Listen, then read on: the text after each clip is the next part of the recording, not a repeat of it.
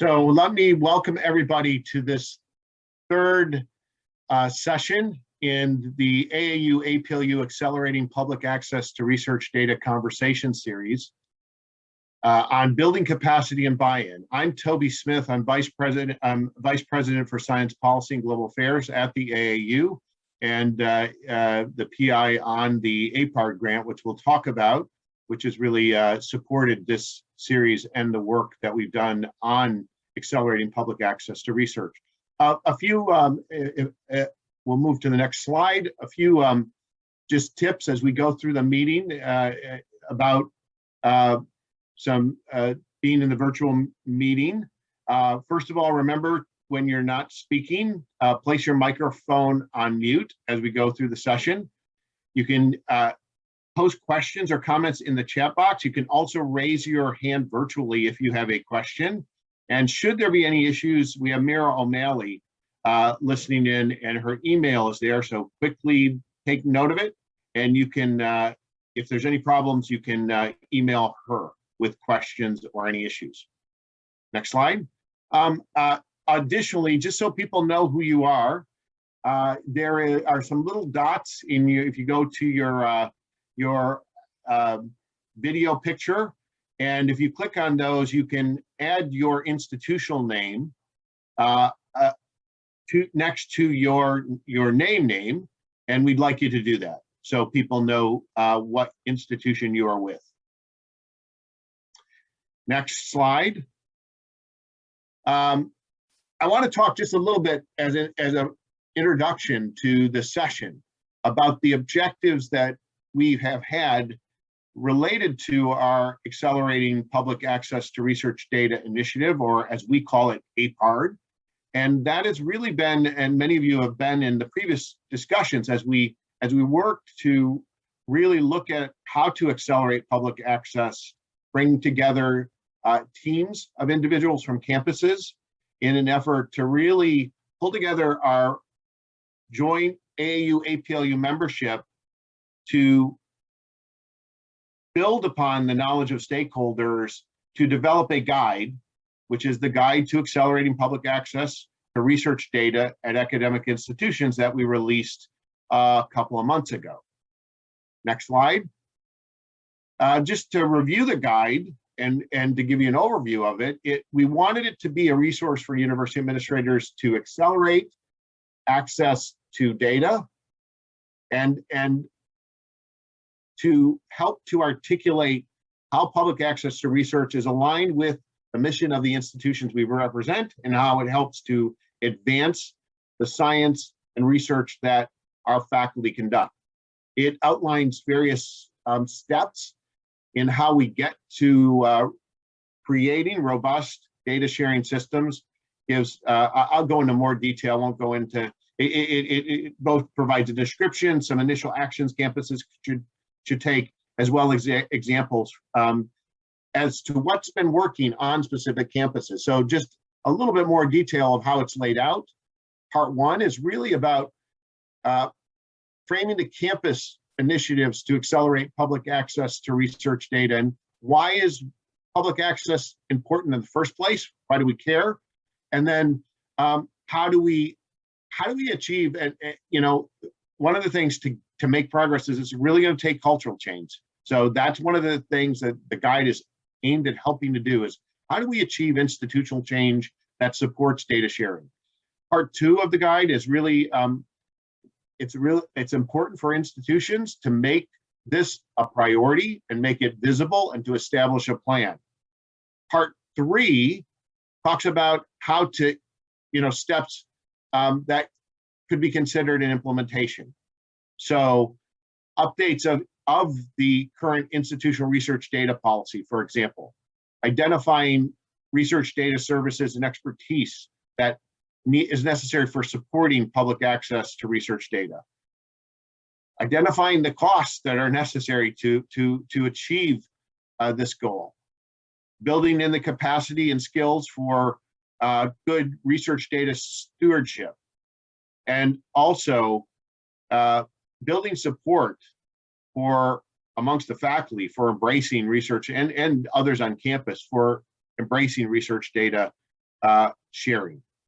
And part of that is coordination. I think it's really important. One thing we've stressed throughout this is pulling together teams of individuals that can help support and work together to really advance data sharing.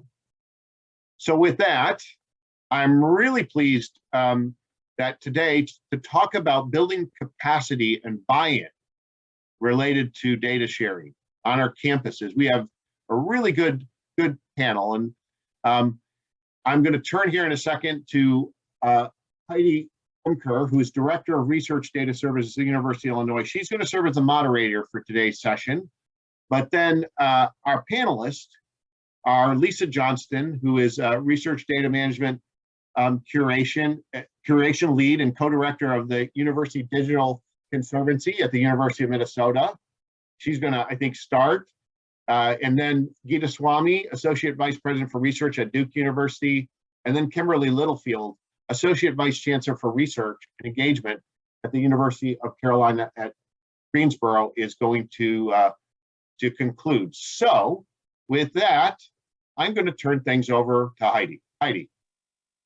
Great, thank you so much, Toby, and thank you for setting that up for us. So there's a couple of just things that you mentioned in there that I was thinking about, particularly in terms of building capacity and support, and that really has to do with the cultural change component of it, and certainly in terms of coordination across campus. Could we have my first slide, please? There, thank you very much. So just one of the things that I wanted to say in terms of, setting this up for our panelists is thinking about how capacity can really come from many areas of campus and in really many different forms. So, which is such a good thing, although sometimes it can complicate things because, of course, coordination and collaboration is difficult. But it certainly helps, create some really shared understandings and shared ownership in this sort of an issue as a problem, and ultimately that helps to build the buy-in that we're all looking for. So certainly everyone does have a role to play, and there's no one unit, no one role that can address, the myriad of issues that are associated with data stewardship and sharing. So our panelists are going to share some, particular examples that they've been working on on their campuses. So I thought I would maybe highlight some other areas that we've been working on in Illinois that I don't think they'll be necessarily talking about. But one of the things that I did want to say is that at Illinois, we've been working on this for quite a long time. So for anybody else who may be feeling like we've been working on this a long time, I think it's a long-term, long goal, long range sort of an initiative and activities to be thinking about.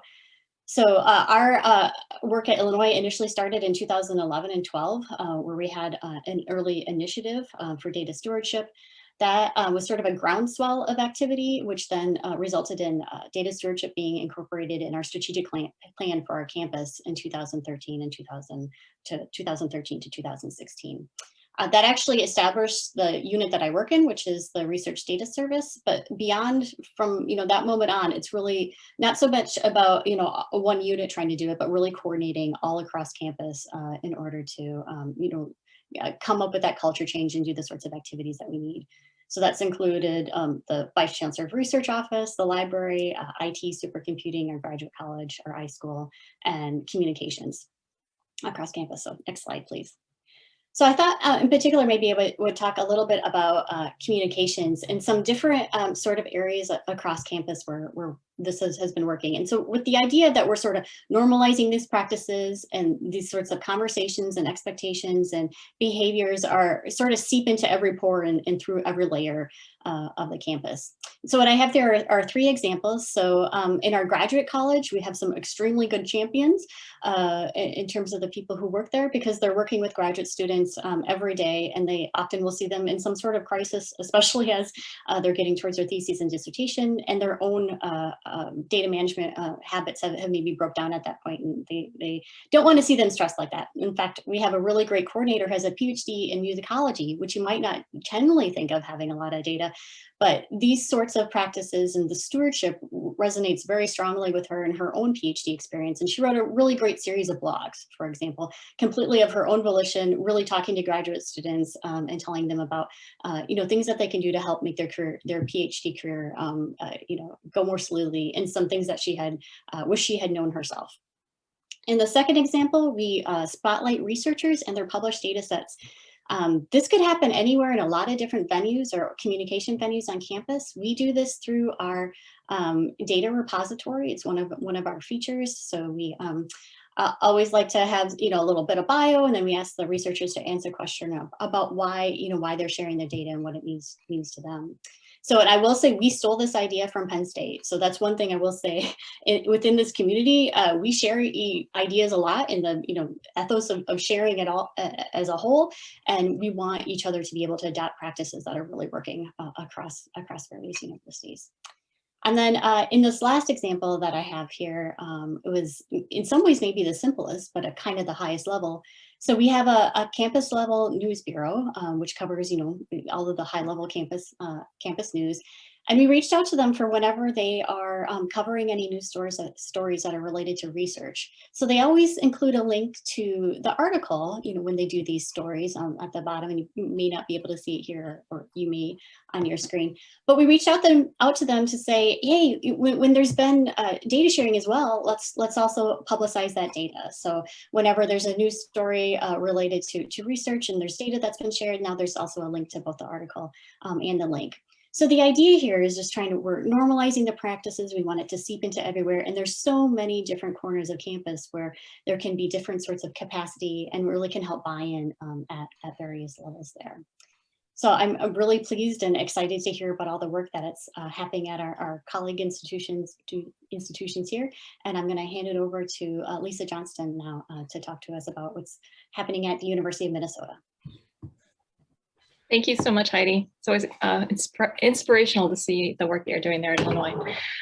So I'm going to talk about some of the programs that we have at the University of Minnesota, particularly around addressing the people side of the data sharing challenge. If you can go to the next slide, please. So I think many of us could map our data sharing services to this kind of idealized version of a researcher's journey with their data. And certainly at Minnesota, we've had a number of excellent programs and services that could very well map to each of these areas. We've been doing data management planning templates and training since 2010. We've been working very, very hard on evaluating our current storage options and ensuring that we have the right kind of storage for all the different data needs that we have on campus. We've got excellent support for research computing and data visualization. And then we run a data repository as well, DRUM, the data repository for the University of Minnesota, where we've made some excellent progress in working directly with our researchers to curate their data to ensure that that data is complete and described in a way that would facilitate reuse. So this is all great, and this all kind of, makes sense to us. But I think from a researcher's perspective, it's not always so straightforward. And if you go to the next slide, this is actually a project that we did trying to map out all the different data storage tools, just storage here.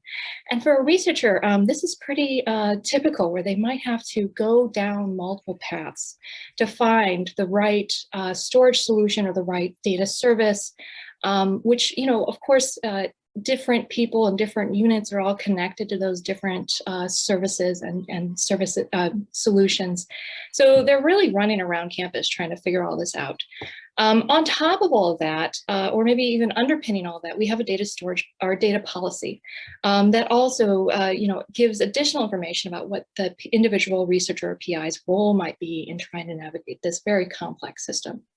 So what we've been trying to do is create, or really reposition our services around the researcher. And so to do that, if you go to the next slide, we launched a champions program.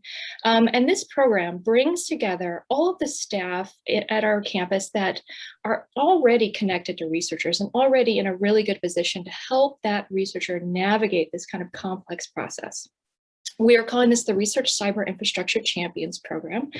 We actually launched in 2018 under the maybe a smaller scope storage, and we've expanded it to the broader types of services to include software and computing and networking. And right now we've got about 50 individuals who are experts in, maybe a particular storage solution. Maybe they are the department IT staff member. Maybe they are working in one of our offices, maybe around, regulation or data sharing support in the libraries. So we bring these individuals together to really help encourage them to be proactive and reach out to their researchers and help them get access to the right data solution for their needs. We also staff this service. So we've got co-chairs that kind of support the overarching directions of our research cyber infrastructure champions. And then this group reports up to a decision-making body called the Institutional Cyber Infrastructure Group that brings together representatives from 4 key areas across campus who can actually resource and help make decisions and drive change on our campus. Next slide, please. I just want to show a couple of the examples of what our research cyber infrastructure champions are up to.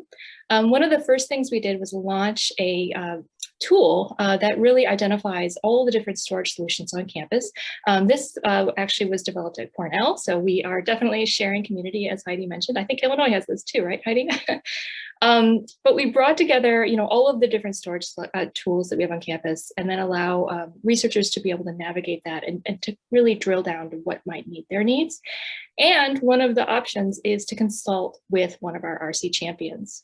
Next slide. We also have a directory of all the different research cyber infrastructure champions where people can reach out directly to individuals. And we have an email that comes into our coordinator. And then depending on who's actually asking the question, we can coordinate getting that question to the right champion in our network. Next slide. And then, oh, I think we skipped one. The other really key role that our champions have played is to come together and solve real campus data challenges. So we create working groups and we charge these working groups with a scoped problem to try to address the significant challenges that we're facing as a campus. So we're really coming together on some of these major issues. So some of the working groups, for example, include addressing a storage solution for our static data or data that maybe is of lower use and is perhaps archived but not necessarily public. Looking at a dashboard to better understand how different researchers are storing data across all the different platforms, and then updating our research data management policy, which is up for renewal. Next slide. And then one of the other key considerations here is really keeping our champions well informed. And that involves creating training opportunities, webinar opportunities, where we can both share out our expert knowledge. So we'll invite the champions to present on particular topics, but then also just communicate on the wide variety of services, make those connections, network with one another so that we can really establish a community of cyber infrastructure champions that can rely on each other to support our researchers in a much more coordinated and inclusive way. So that's just a listing of some of the past webinar topics, including around data sharing in our repository. Next slide. And so I'd just be happy to talk more or answer any questions about how the logistics of this is all worked out and some of the lessons learned. And we can save that for the Q&A later. Thank you so much. I think I'll turn it over to Heidi. Okay, great. Next we have Gita coming up, talking from Duke University. So excited to hear what you have too. Great, thank you, Heidi. You can go on to the next slide or whoever's advancing slides. So what I'm going to talk about is, I think, a little bit of the culture sort of approach with a couple of things that we do have actually going on that, as Toby mentioned, the APARD guide, there's a lot of things. And I think that we know that everybody is doing their best to take on the approach, but we, I think, also suffer from that, the enemy of perfect is, do I get that phrase right? Whichever one is trying to achieve perfect, right, is what we're always trying to do. And I think that stymies us, that holds us back from, really ever taking a step forward. But it's also about how do we get, let's see, how do we get folks to understand a little bit of the how and the why, as opposed to just sort of pushing things in front of their face to say, you have to do this. Here's the next thing. We can only go so far with saying, well, NSF requires us to, NIH requires us to, some other agency is saying we have to do it. So we really try to take this approach about building this culture of research integrity, and our principles that we continue to revisit and think about, really talk about how we need to be inclusive. I like the sort of discussions that Lisa mentioned about how do we have these ongoing dialogues, these seminars, these discussions across our campus so that we know we're engaging all the stakeholders who need to participate. How do we provide education oversight, but then also hold people accountable, because otherwise the people that are doing it right feel like maybe they're not really, they're being pushed in a way that others who maybe sort of get by in other ways aren't. How do we think about this across all the dimensions of research integrity? What are the resources and tools we need to do, like the data tool to figure out where to store your data? How much of that can we put out there? How do we get people to also use them? And how do we also empower the community to come forward and tell us what they need in a way that can be constructive and collaborative? Next slide, please. So this is our overarching structure to think about a centralized support service. And even though we put all of our areas of research integrity into this space, we think that it really is the way to think about this collectively. So our teams across these groups really come together with also our sort of data committees and data policy committees. Next slide. So what we really think about again is this idea of partnership across data management and the planning. We are here, I think, representing the institution, but the institution is made up of researchers who are looking for funding for their research. So both the researcher and our institutions at large are obviously engaged with the government and other sponsors across the research enterprise. But how do we think about ensuring that that funding is used to effectively and efficiently advance knowledge while also managing data with each stakeholder's best interests at heart? Behavior change is hard. So it also, in addition to just saying people don't want to accept it, it can also become a potential stressor, but it's also an opportunity to recognize it and figure out how to partner to get this done. Next slide. So we like to look across these sort of items that we need to activate change to move forward. We need policies to make things required, but we need to also have the carrots, right? Not just the stick. How do we incentivize folks in a way that, you know, the term incentive sounds like we're paying for something, like that we're doing something to kind of, in a way, disguise this, that we're getting people to do things, right? It's like the how do you disguise the vegetables in kids' food, right, to get them to eat it. Instead of that, how do we use the word of incentive to be about making something rewarding for our researchers? How do we make this a normative approach across our communities, right? We have to get to early researchers, trainees, and so forth to also get them to be part of the approach. When we talk about electronic tools, we find that if you get the trainees and the students and the early career folks in the labs using them, the PIs follow, right? But if you go to the PI and tell them that they have to do it, it's going to be a long way to adapt a new strategy. I think it took us many months to really think about how to learn Zoom and other tools like that. Now that we all are probably using other collaborative efforts like you know, like Trello or Teams and things like that, I have plenty of you know, seasoned folks who just say, "Oh no, they just send it to me in email." Like, okay, so we have to think about how to make it normative, right? How to think about all of our user interfaces to make them easy to use. And what is the infrastructure we need? Infrastructure is cost. It's also, though, about making sure we're being efficient. So how do we make that possible? Next slide. So some of the things we've done in those spaces, right, are to really think about policy. We have traditionally relied in our space on a lot of our overarching policies related to research to be kind of an appendix and live in the faculty handbook.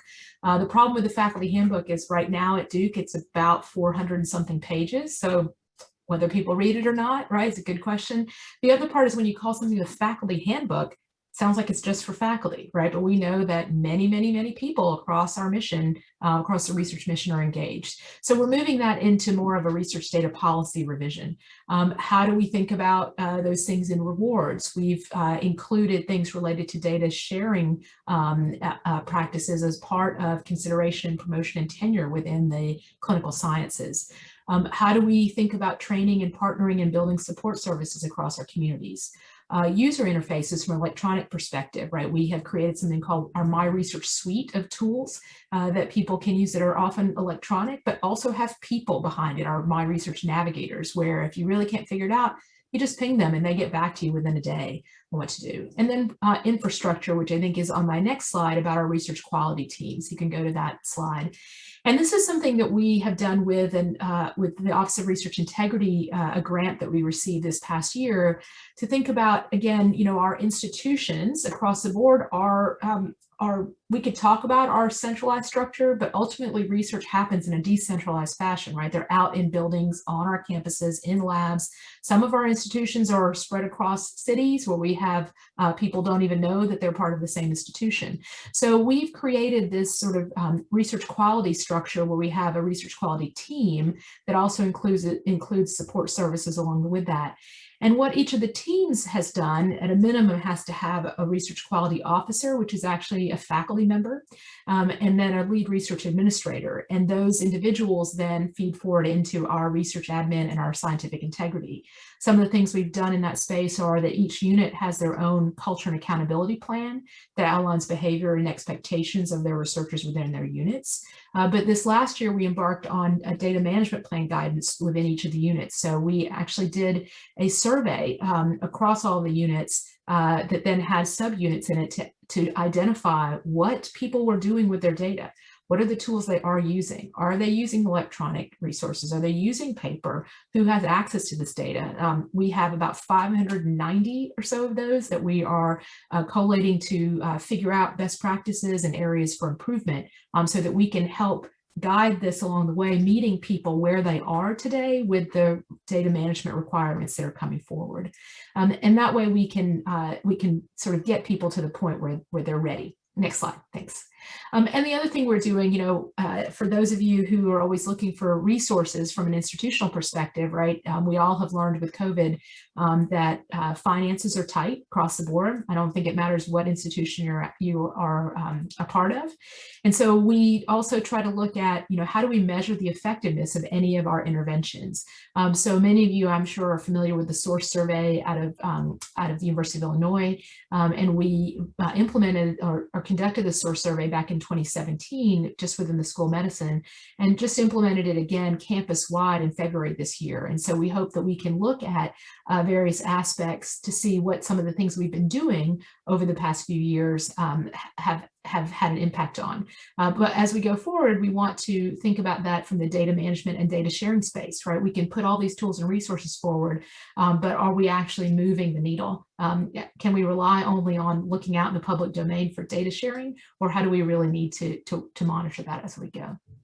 And I think that might have been my last slide.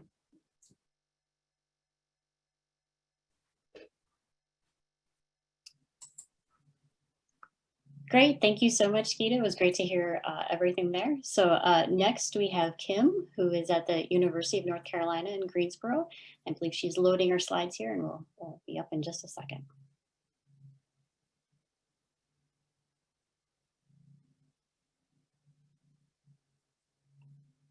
Great. Okay, can everybody see my slide? Sure can. Oh, great. Okay, so, I don't know how long we've been doing this, but it seems like there's a minimum of sort of tech fumbling as we go through this. But thanks to Emily and Mira and Toby and Casey for the opportunity and to present amongst all these great panelists. I especially love the title of this discussion topic, building capacity and buy-in, because and I think it really fits with my overall and UNCG's overall enjoyment of working on the APARD initiative, right? Because there are just, it's the whole environment of APARD is a really rich space to work in. You can work down at the grassroots level or the individual plant level, and I'll come back to this. And you can work all the way up, to the national level, where we're putting together guides, that frame things that institutions can do as a whole, and then any space in between that, to Geeta's point, to really move the needle, get people comfortable with, advancing public access to research data. So I'm going to talk today about a program that we have initiated at UNCG. It sits squarely at the plant or grassroots level. In fact, the plot of land that we've chosen to nurture across the whole UNCG lawn of advancing public access to research data is out of the Office of Research and Engagement. We are working specifically with our internal funding program awardees, which come from all different schools and colleges, which I think will be that'll be especially relevant as we discuss this program further. right? But so that's a little bit about where we're working. And the program itself is actually designed to get folks thinking from the inception of a project, right, all the way through to the dissemination of the scholarly product, papers, journals, could also be a musical score, all the way through the dissemination of that work. And as an added extra bonus, right, we want to start bringing people into an awareness of making the data, the scholarly artifact, publicly accessible. So, for all of us who practice and who preach this, we know there are a lot of different dots to connect between a project idea and dissemination, especially translating what someone has created into the public domain, and especially translating the data into the public domain. So, but what we can do is we can help people think about that, right, by helping them to develop a data management plan. And, I don't know if other people have had this similar experience, but, data management plans cause a lot of people a lot of anxiety, right? I mean, some people don't even call what they produce data. So how could they be expected to create a data management plan? So I think there's a little bit of opportunity to sort of restructure that terminology. But for right now, we have what we have, which is a data management plan. So in the program that we've set up out of the Office of Research and Engagement, we're piloting a program to help our awardees, number one,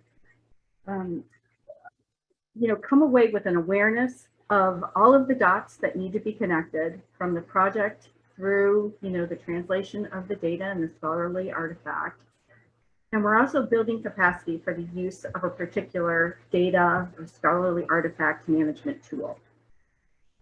So we're doing that, and I'm not going to go into all the program details because I'm happy to share them, on the backside. Again, this is a pilot program, so if you want to ask me about, how it's going and so forth, I can also talk about that. But the main objectives, or the main deliverable out of this program, is a data management plan. Just like a final progress report would be expected at the end of an internally funded project, except that our data management plan we're gonna ask folks to present that halfway through their project. That should have given them a good idea about what the tool looks like and what they're thinking about doing, and where they would think about taking the project to either expand it, sustain it, etc. And we're lucky because we're doing this in combination or in collaboration with our colleagues in the university libraries. We have right now, I have a couple different librarian faculty colleagues that I work with. And like I said, we're using established infrastructure. So the DMP tool, specifically, we're using a pretty generic template called the Digital Curation Center template. It's really, it's really friendly, to be honest with you. So it takes people through a series of sections, and it has some questions to help people frame their responses. And I think it's just a very gentle way to ease people into the development of a data management plan. So as we, continue this pilot program, which, we started this past year, of course, the pandemic year, we wanted to be able to do something in this space, advance some part of this initiative, like Heidi said, move the needle. And so, Terry, the VCR here at UNCG, suggested that we do this as a pilot program. We're not going to stress anybody out about requiring this, but we are going to go through the process, which is a pretty high touch process, right? So we don't have a huge cohort of awardees every year. I think right now we're looking at 16 for the 2 programs that will have benefit of this service. But so it's pretty high touch. The intent is to meet with each of those awardees, take them through the DMP tool, and get them thinking about how they take their project all the way to the translation of their data and scholarly artifact, into the public domain. So I've had people ask me, well, is this really scalable? You read an R2, it's kind of small, so, you're more accessible.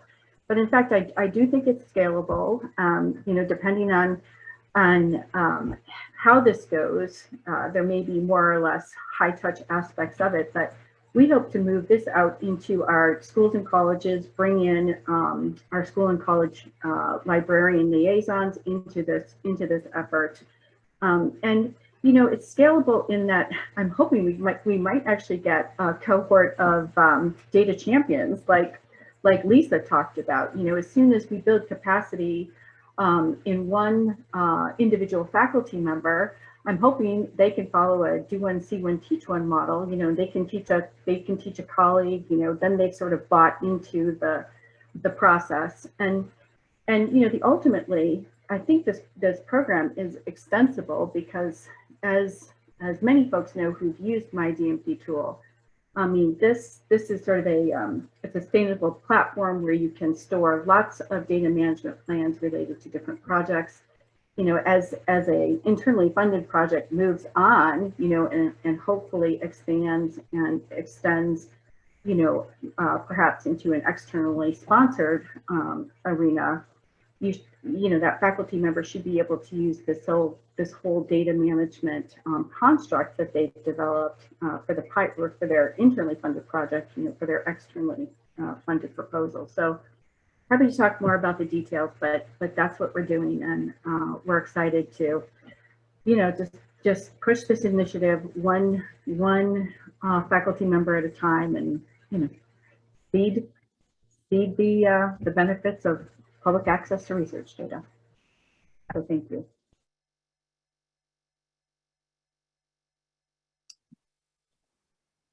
Sharing here to the extent that I can.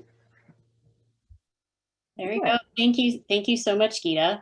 Sorry, Kim. That was terrific. Okay. I totally agree that you really could come back around to really having a champions program there too. Yeah.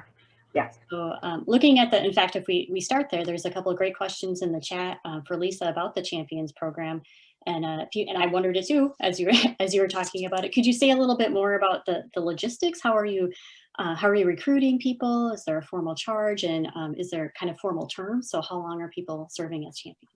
Yeah, definitely. The recruitment was really two-pronged. We did definitely do a top-down approach where we asked for nominations from our associate research deans from each college, and they definitely gave us suggestions on who to reach out to.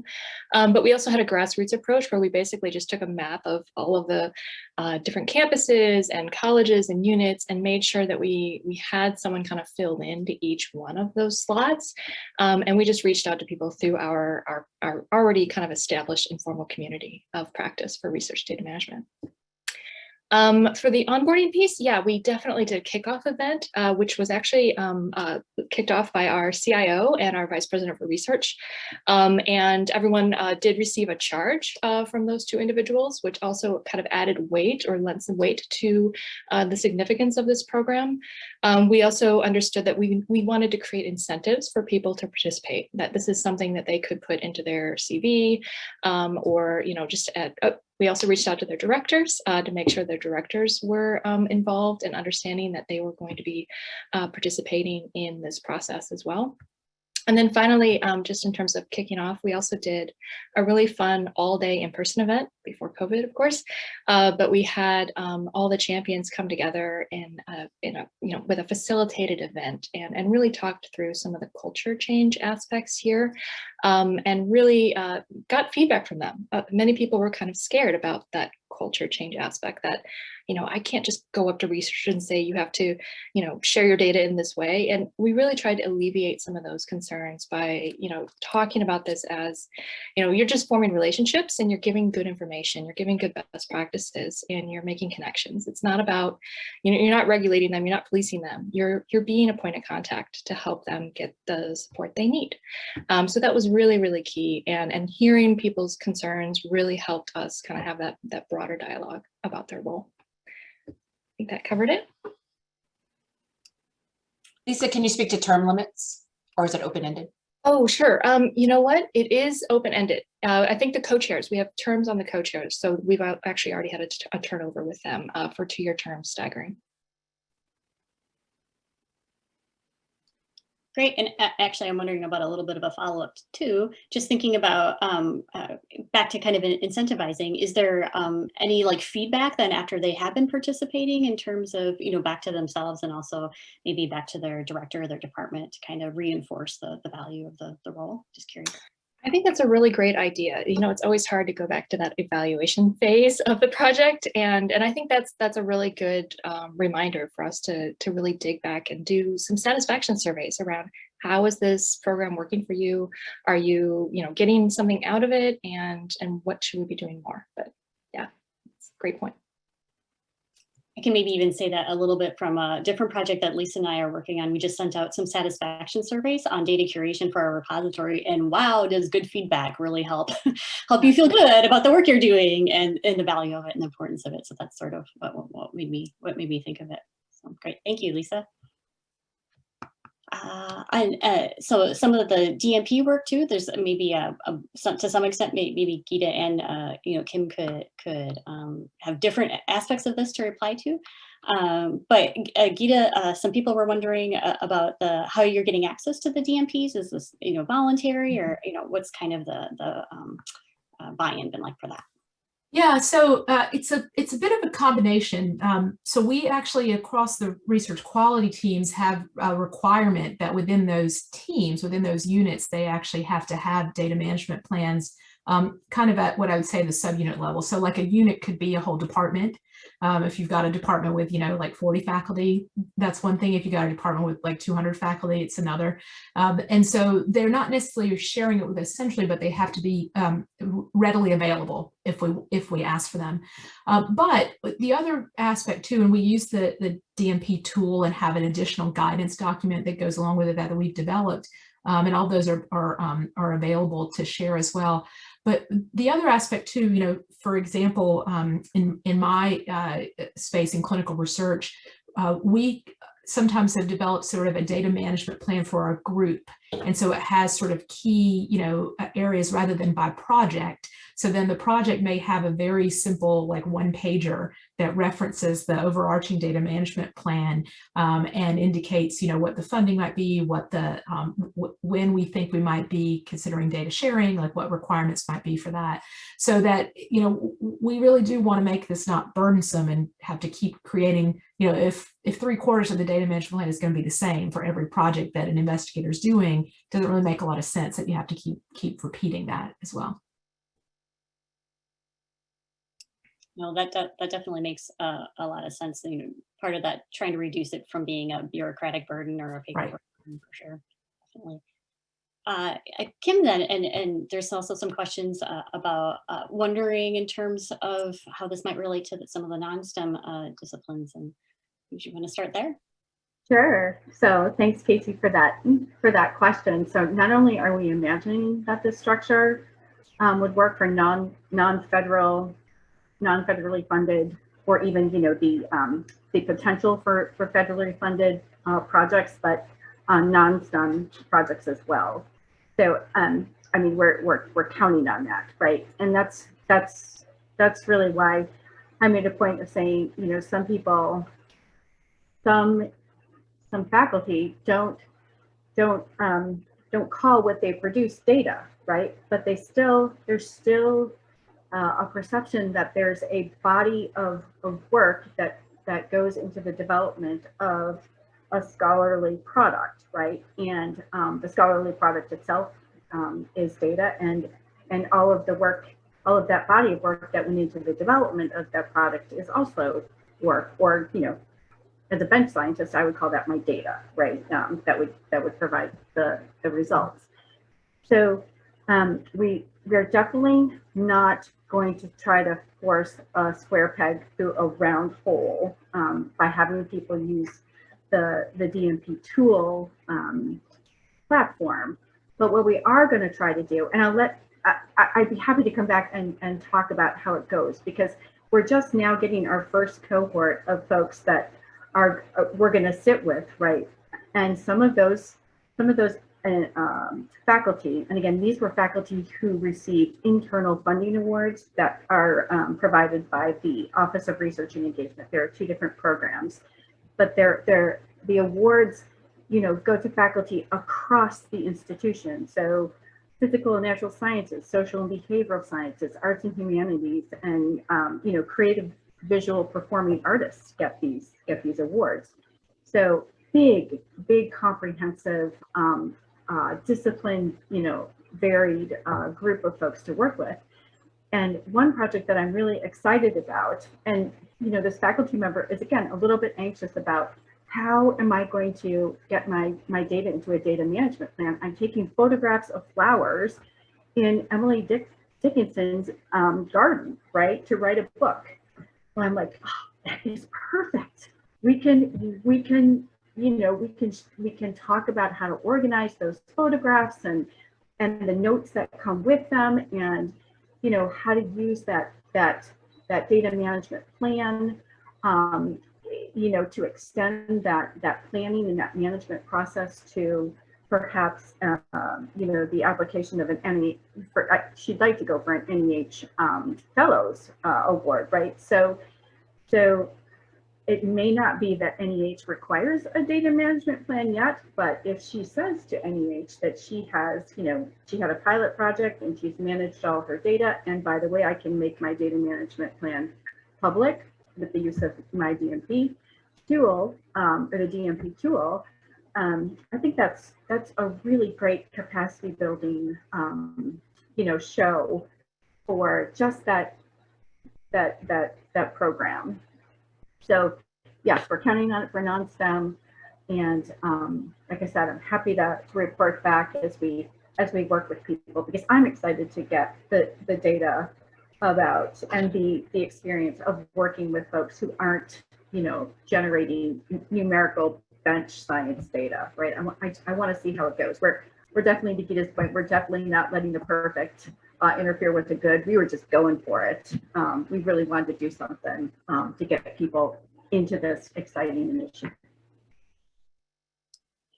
Great, thank you, Kim. And I think NEH often does require, you know, a version of a data management plan, so she's going to be well prepared for that. And I think so, you know, anybody else on the call, but we often end up, you know, working with and doing consultations with non-STEM people. And yeah, 3,000 photos is a whole nother way, whole nother thing to have to manage. So you might not necessarily think of the word data, but it's all sort of kind of research in assets management in some sort of way, and it definitely does apply across the board.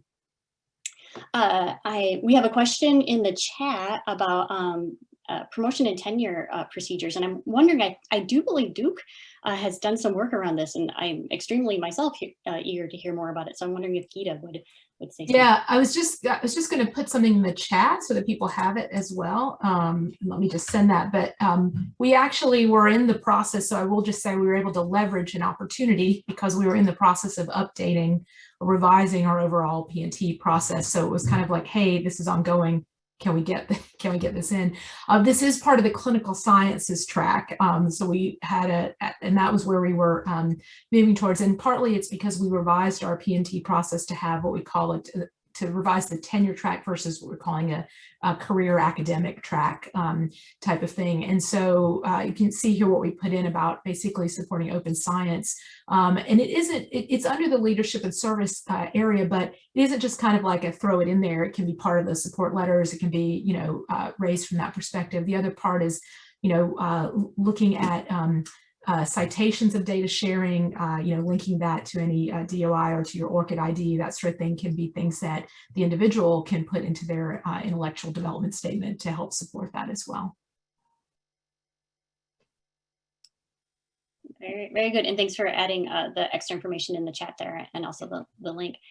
I wonder, could you say anything a little bit about that process? Like, how did it go just in terms of talking with your faculty? I'm guessing it was probably a little bit variable and there had to be some, persuasion or some real yeah, I think we have, I mean, to be very clear, there's been a lot of effort ongoing with this at Duke before my efforts and time with regards to the Duke Data Repository. I know a few of our folks are on today from that group, and also have worked with many of you, I think, at other institutions as well. But, in setting that up with having the data repository and having the unique identifier or DOI that can be linked, we have some faculty who are quite readily sharing data and putting it out there. And then we have others who, worry a lot about the, it's interesting what the worries are. Like, there's always kind of the, well, if I get scooped on something I was going to do, then I don't get that credit. On the other hand, there's also a lot of concerns about, well, what if somebody uses my data to look at what I did, and then they find something that I made a mistake on, and they come back, and then I get in trouble, all these sorts of things. And so, what I would say is we put it forward as, well, this isn't a requirement. That's why we didn't put it into the, like, this has to be part of your publication, part of your grants, as opposed to this is kind of, again, a carrot.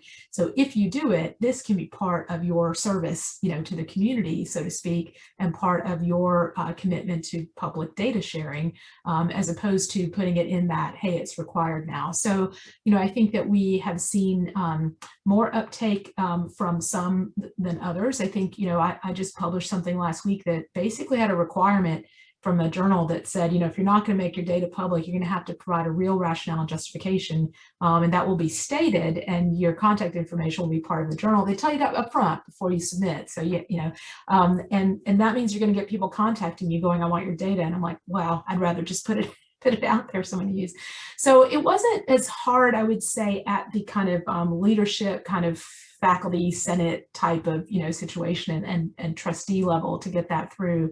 I do think it'll be interesting to monitor what that looks like over the years. This actually just went into place in 2020, and to be honest, with COVID, we're all in different focuses right for now, but we're glad that we got it in, because again, I think it is if there's a concern that you've got to be the first author on all the things related to your work, but if you actually can find that, there are 3 publications out there that utilize your data, I mean, those should be contributions, right? Because they did a heck of a lot of work to get to that point. That's terrific. And I really love thinking about it as from a service perspective too, because it is really getting back to, the rest of academia and maybe your discipline in specifically too. I also really like the comment about, well, I might as well just share it then so nobody's not asking me later. We've had some of those discussions with researchers at our own university. And so, we count downloads and those sorts of things. And, if someone has 1,000 downloads and pretend it was only, 10% of the people who would have done the effort to actually reach out to them, that's still 100 emails they didn't have to answer and dig up the data, however many months or even years later, things like that. So I think it has definitely saved, some people some time down the road too. So. Well, thank you, all of you, for participating. It's been really interesting and inspiring, and love to hear all this work. And I think we turn it over to Toby now to wrap us up.